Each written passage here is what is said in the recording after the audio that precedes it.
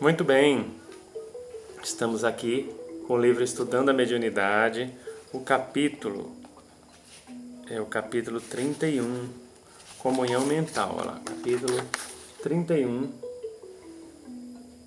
Comunhão Mental. Nós vamos já começar dando um saltinho, porque no começo do capítulo aqui, mais faz uma propaganda sobre um outro livro lá chamado Nos Domínios da Mediunidade, psicografado pelo Chico Xavier, que foi praticamente a base para o Martins Peralva confeccionar esse livro aqui. Então, nos interessa mesmo irmos para a essência desse capítulo. Então, vamos falar um pouco o seguinte. Aqui no decorrer dos textos, ele fala uma coisa que chamou muita atenção. À luz dos conhecimentos doutrinários, os horizontes do nosso espírito se dilatam, uma vez que nos dá o Espiritismo o que outras religiões não podem oferecer aos seus adeptos. Vivemos em permanente sintonia com entidades desencarnadas e com pessoas de todos os tipos evolutivos, permutando assim criações mentais elevadas ou inferiores. Vou falar de novo, vivemos em permanente sintonia com entidades desencarnadas, isso é verdade, e com pessoas de todos os tipos evolutivos, permutando assim criações mentais elevadas ou inferiores. Pensamentos guerreiam pensamentos, assumindo mais diversas formas de angústia e repulsão. É a influenciação de almas encarnadas entre si, que às vezes alcança o clima de perigosa obsessão. Além disso, maus pensamentos têm o poder de produzir desequilíbrios interiores, enfermidades e até a própria morte, da mesma forma que bons pensamentos estabelecem harmonia psíquica, saúde e felicidade. Bom, isso aqui não tem muito o que discutir. É uma realidade e você sabe se teve recentemente uma experiência de um homem chamado Emoto, o sobrenome dele era Emoto.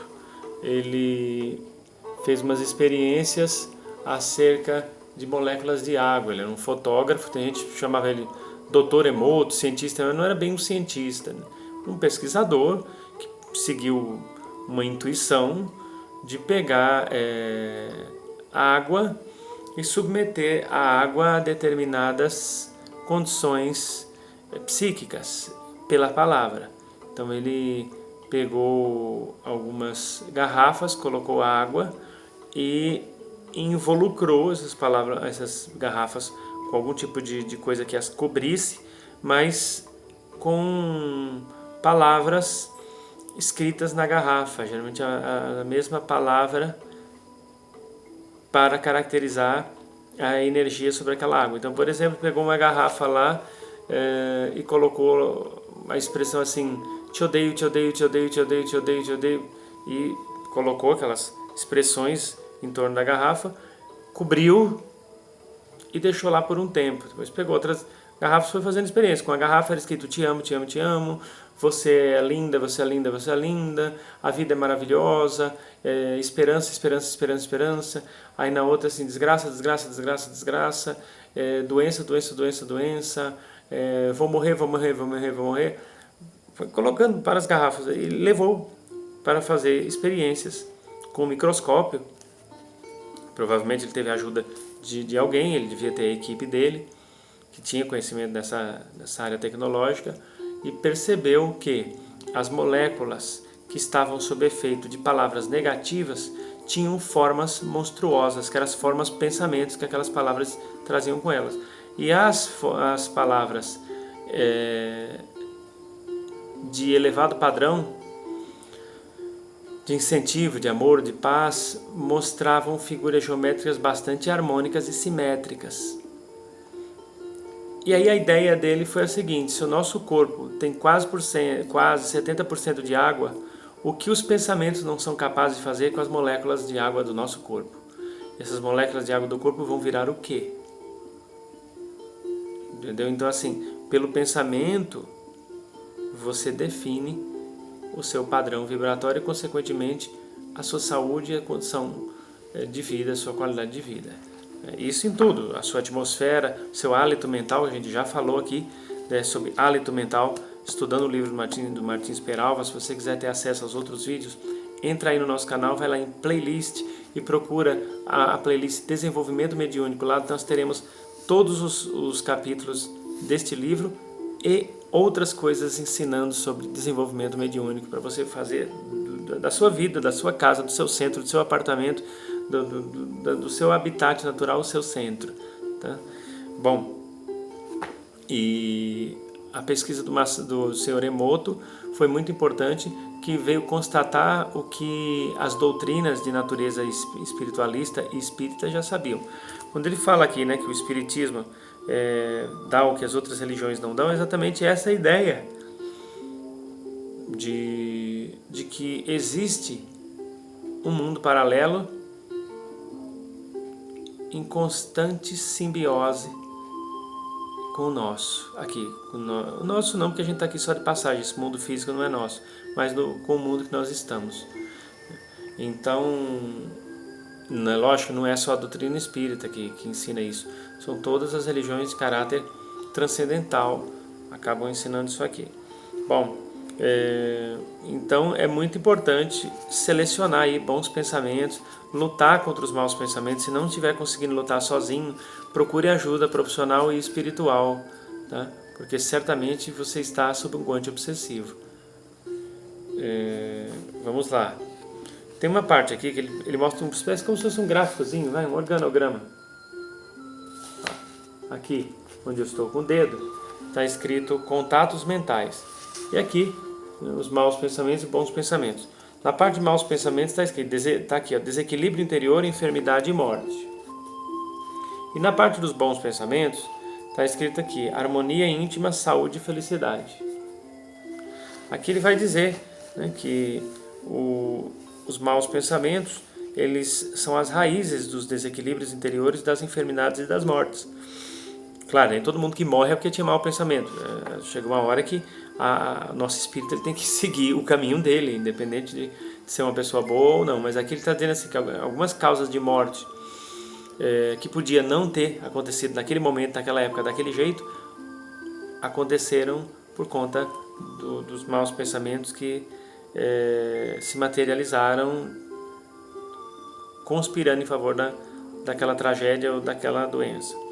Bom, e os bons pensamentos, né, que são a raiz da harmonia íntima, da saúde e da felicidade.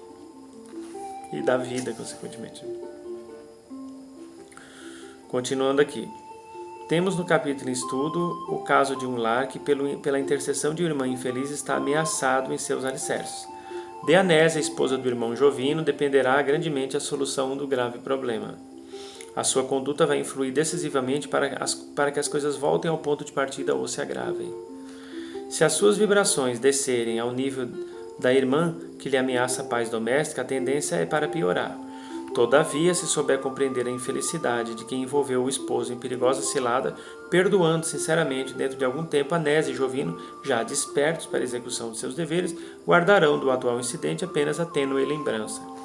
A harmonia e o entendimento reinarão de novo no santuário doméstico, em cuja entrada, pequeno roseral, dizia sem palavras dos belos sentimentos dos moradores.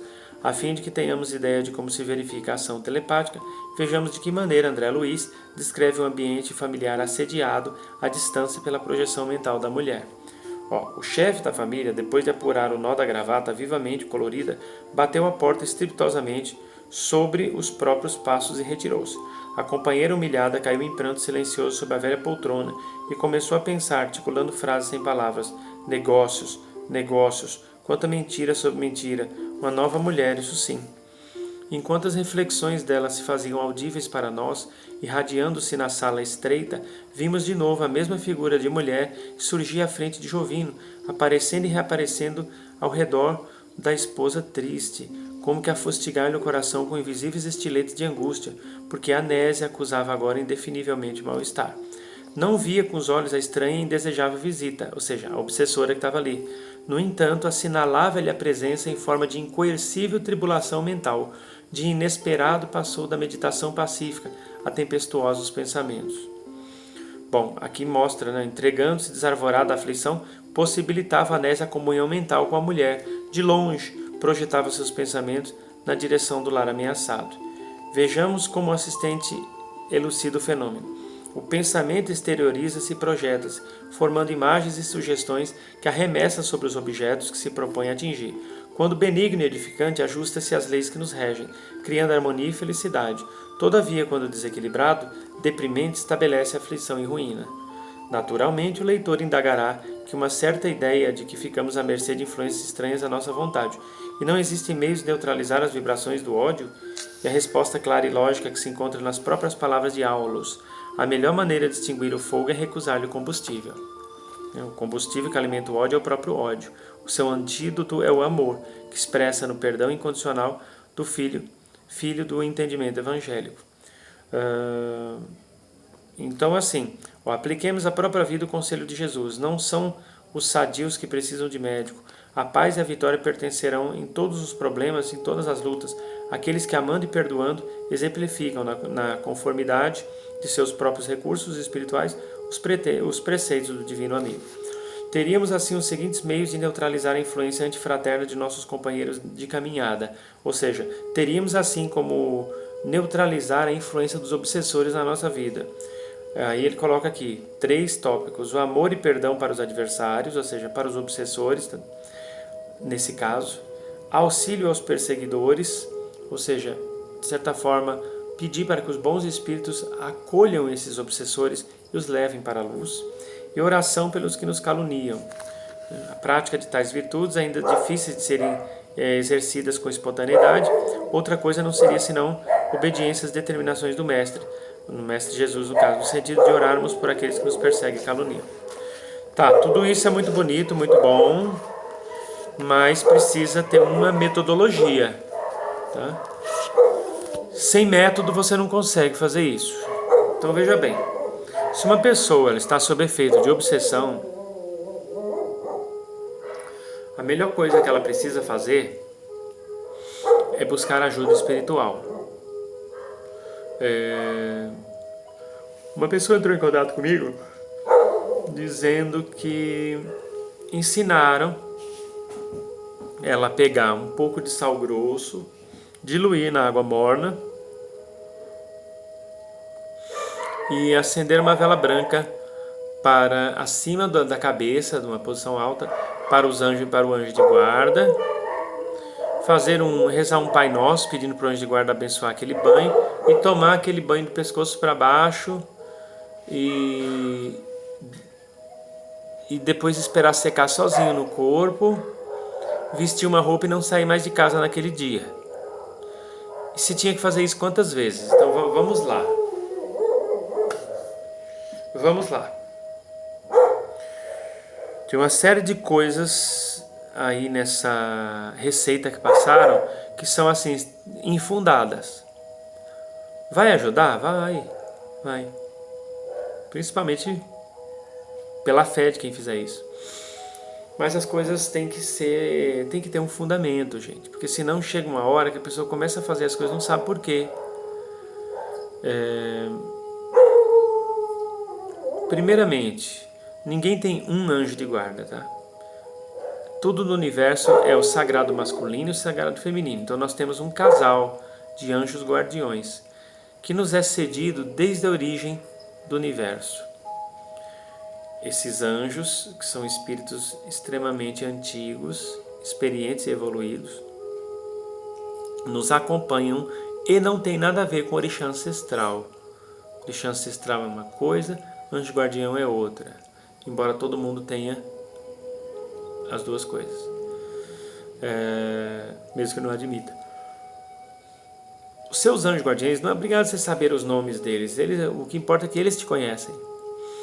A conexão é tão rápida que quando você mentaliza meus anjos guardiões, imediatamente eles se conectam a você. É muito forte. O fato de acender uma vela é importante, é bom, porque quando você acende uma vela, as suas intenções ficam gravitando em torno da chama da vela e as suas intenções vão se conectar a espíritos com aquelas mesmas intenções e vão trazê-los para perto de ti ou vão fazer com que eles despertem a atenção em você, onde quer que eles estejam no planeta ou no mundo, e assim desdobrem esforços no sentido de te auxiliar. Uma vela é muito boa. Sem falar que os espíritos também usam o campo energético da vela para queimar miasmas dentro do ambiente, afastar os maus espíritos, fazer limpeza energética, descarrego, tudo com a energia de uma vela. Então é muito bom sim acender. Agora, o fato de pôr em cima da altura da cabeça não faz o menor sentido. Eu sei de gente que acende vela para onde guarda em cima da geladeira, para a vela estar acima da cabeça. Isso não existe.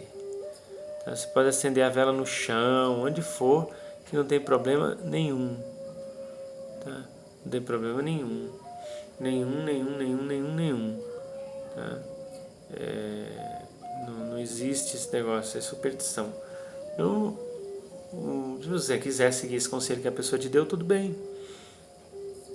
Acenda a vela na altura que você quiser, obrigado de ser em cima da cabeça. Ofereça sim para os seus anjos guardiões, peça sim para ele abençoar o banho. Só que não é obrigado a ser só do pescoço para baixo. Se você está bem carregado, seria importante sim ser da cabeça aos pés. Ah, mas o banho de sal grosso não vai queimar meu chakra coronário? Bom, então ninguém pode tomar banho de mar. Porque se tomar banho de mar, o que mais tem no mar é sal e muito grosso, por sinal. Então, você já vê que não tem o menor sentido também esse negócio de dizer que o banho de sal grosso não pode ser tomado da cabeça aos pés. Pode sim. Outra coisa, tomar o banho, esperar secar no corpo e depois vestir a roupa. Também não é desnecessário. Você pode tomar o banho de sal grosso, esperar 1 minuto e depois tomar um banho normal, da cabeça aos pés, com shampoo e sabonete, se secar e tá tudo certo. Quanto a não sair de casa, você também não tem nada a ver, sabe? Nada a ver, nada a ver. Porque o que faz uma pessoa pegar energia negativa não é o fato dela ter saído de casa, são os pensamentos. Se fosse assim, as energias negativas, vamos supor, uma pessoa está dentro de casa, ela pensou só coisa ruim o dia inteiro, aí as forças espirituais trevosas iam esperar ela do lado de fora, e inclusive as energias negativas, porque dentro de casa não pode entrar.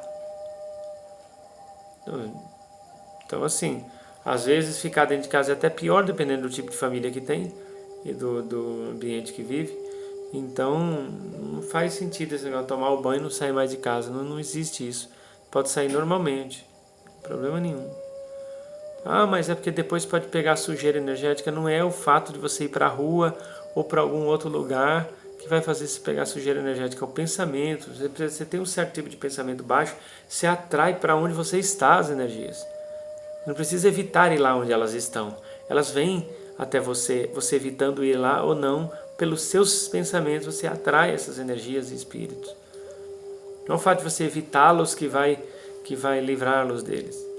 A coisa está aqui, ó. Entende? Então com cuidado com isso.